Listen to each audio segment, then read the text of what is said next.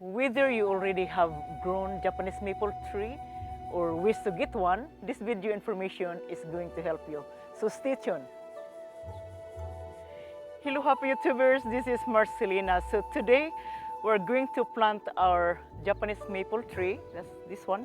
And I'm going to show you guys how to plant the Japanese maple tree in a container and what are the requirements so you would be able to grow your own Japanese maple tree.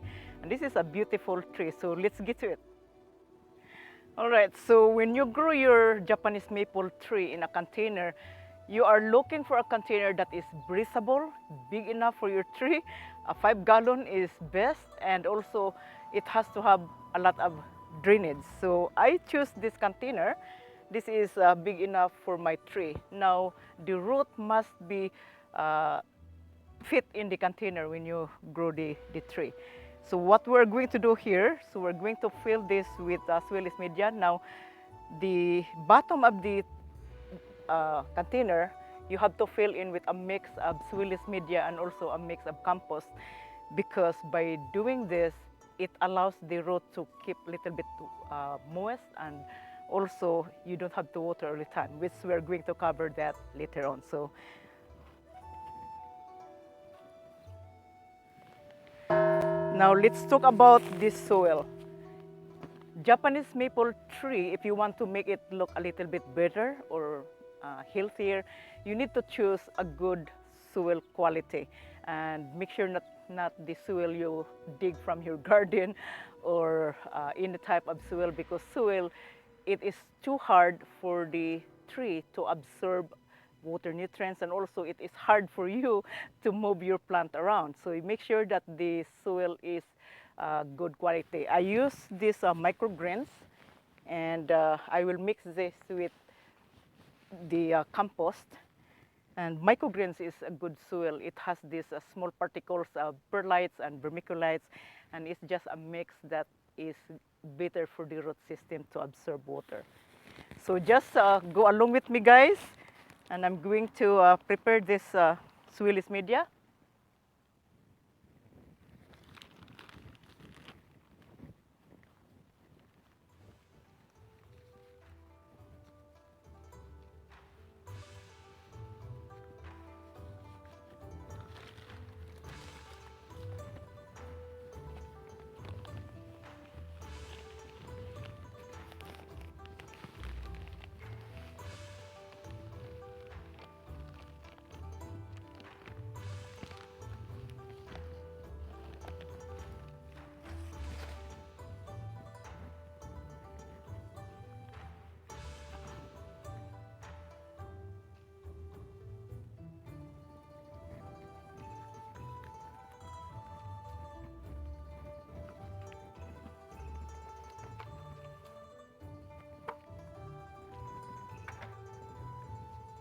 So you will need to mix the soil with the compost together.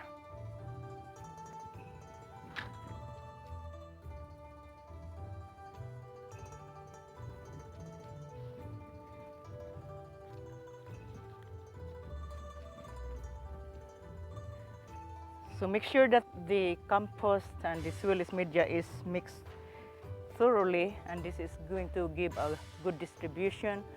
So when you water your plants, it will retain that moisture, so you don't have to water all the time. Now you will need to fill in the container halfway.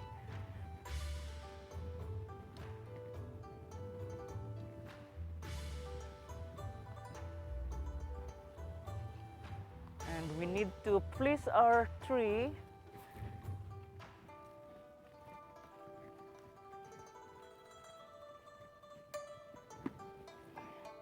So I soak this tree in water containing hydrogen peroxide. So I would recommend you guys to soak this root first, because you don't know if there is some bacteria or some fungus that may present in the roots. So you need to just keep a precaution, and then place the root ball in the container. So the container is good to fit in the not container. The tree root ball must be enough for the container. So the container should not be too big. So if the tree is getting bigger, then you might have to change your container. But this one will work. Now you're going to fill this with soil.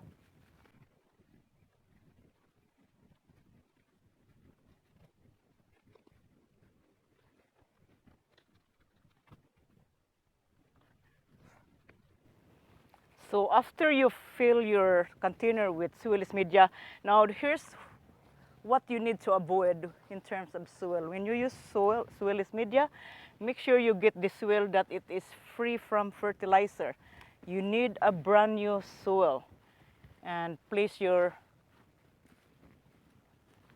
plant. Now after you place all this soilless media, what I would do, I would top with the compost. And as I mentioned in my previous videos, avoid the compost to contact the trunk because the compost will build up moisture and the moisture will cause damage to the trunk because it's too much moisture. Now after you top dress with the compost, you will need to fertilizer. So the fertilizer that I would recommend is specific for Japanese maple tree. And I use the Zub, this one here. This is the fertilizer I use in my Japanese maple tree. So you need one stick of fertilizer.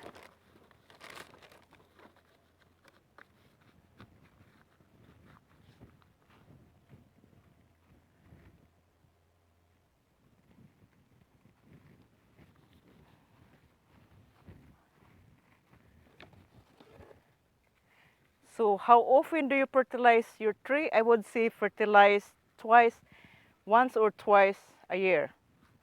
So you just place this next to the tree and put it down. So I place this one here and then stick all the way down. And then after that, you will need to water your plant.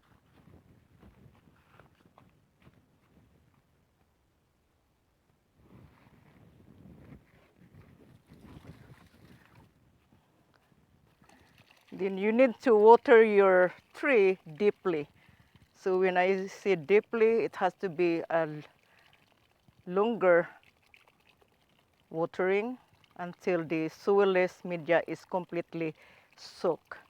Now, how often do you water your Japanese maple? I would say water once a week, but water it deeply. If it is summertime, since you grow it in container, so the soilless media will dry a little bit quicker. So you might consider watering twice in summer, especially if the weather is too hot, and you water twice. Now it is tempting to add other plants around the base of your tree. Now here is the problem.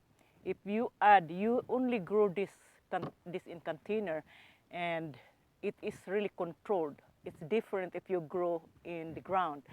Some people use other plants around it, like geraniums or hostas, because it adds a good highlights to the tree. But the problem is that those plants that you grow along with the tree compete the nutrients that your tree is getting. So it will deplete the soil easily. So I would say, I know it is good, I would say not to grow any other plants around the base. You have to make it clear. And in order for you to make it a little bit moist, constant moist, because trees, Japanese maple tree, it is almost the same as other plants that you have to keep it moist, but as long that it is not soggy. So allow your soil to dry between watering. Now the pH of the Japanese maple tree is slightly acidic, so you can check your soil every month and see how's the pH, if it is corrected or not. then correct it if it is too high, because if it is too high, it affects the plant. If it is too low, it also affects the plant. And all those minerals and nutrients will not be available for the roots to absorb. So always mindful of your Japanese maple tree. Japanese maple tree is awesome, guys, and I am a plant collector, so I collect plants, different species. If I grow hydrangea, so I have to collect different species of hydrangea, something that it is unique. So I look at for the foliage, I look at for the flower, and if I collect roses, I also select the roses that can withstand drought, can withstand different condition. So all sorts of plants that I collected. So if you are a collector, so join me in this club. So this is how you grow your maple tree. So first is to select the container. The container should be larger or not too large for the roots. And this is a 5-gallon container is great. And how often do you transplant your tree? I would say transplant every 2 to 3 years. And or you can just add soil to it, because it is good to add soil. If you have a good drainage, you have a good ventilation inside, you don't have to have this root bound. And this one here, I don't have drainage or holes around it, so I have only holes in the bottom. I probably transfer it because there might be a tendency of root bound. Root bound trees cannot absorb proper nutrients, so you will notice a decline in the growth of your plants. Now, let's talk about location. Most Japanese maple tree prefers part shade or part sun, so you have to know your tree. If you buy a tree from the nursery, you always read the label, because some of the Japanese trees will prefer full sun, some will prefer partly shade, and this Japanese maple, I think I have this on the list, I will show you later. This is part of my collection. This is partly sun and partly shade.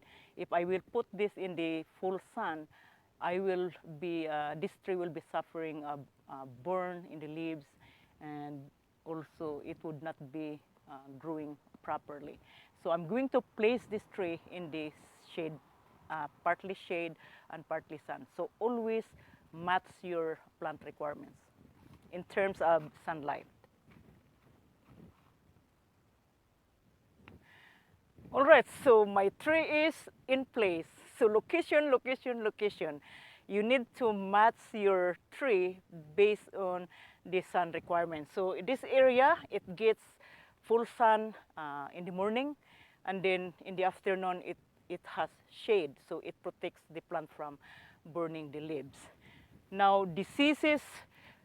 So diseases, sometimes your plant will get a disease if it is poor soil and you are not really giving the right amount of soil, or the plant is, the pH is probably not corrected. So mostly your plant will suffer leaf blight, and there are so many most common diseases of Japanese maple trees. I'm going to cover this Japanese maple tree diseases in my next video, just to give you a little bit of information. So when you have your Japanese maple tree, then you know exactly what to expect. Oh my gosh, beetle bee. So I've been visiting beetle bees here. Bumble, not beetle, bumble, bumblebees. They're so friendly. I just hope it doesn't sting me. All right, so the pruning. Now let's talk about pruning. Japanese maple tree, it is ideal for any plants to do pruning. Even citrus, you still do a little bit cosmetic, mostly a little bit cosmetic of your tree. You can prune any dead branches or any dead leaves or any twigs die back. So you have to prune it to encourage new growth. Now, like this one here, I'm going to cut this. So if you will see dead branches of your Japanese maple tree, it is necessary to remove the dieback twig. So always sterilize your pruner so you don't have that fungal transfer to your tree. And I'm going to cut this one here. Now when I cut, this is the dead branch, hopefully you can see it. I will make this camera closer.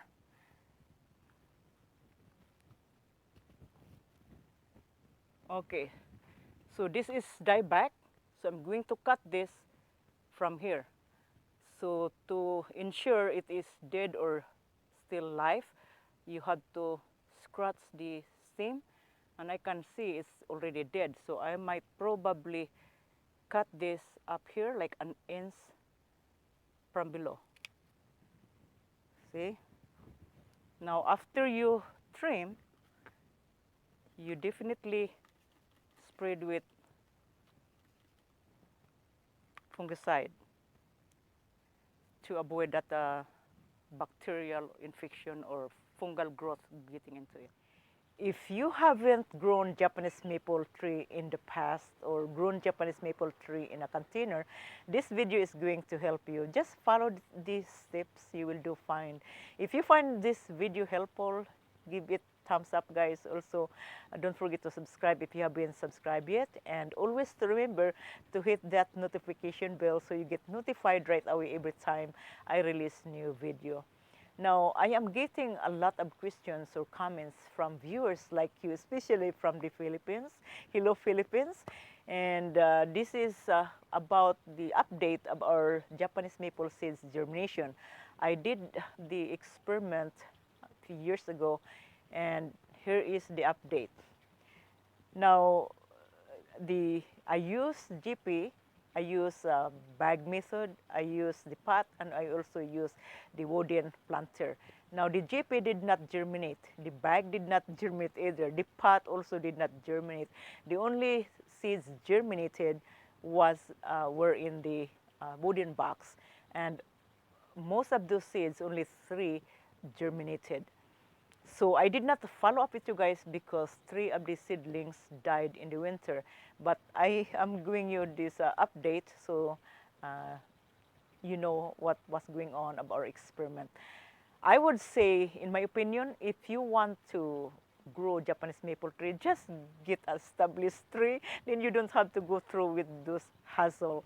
Because I know it is fun and easy and exciting to grow a plant from seeds, and also you get to experience with your new plant, and those seeds may not be the same as your parent plant, maybe from the previous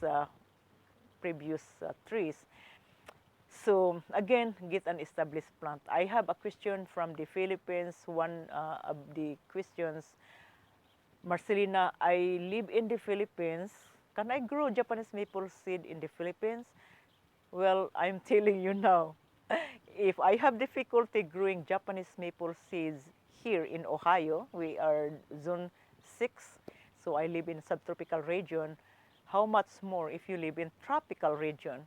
So my answer would be so difficult for you. So I suggest just don't grow the seeds, just grow the tree.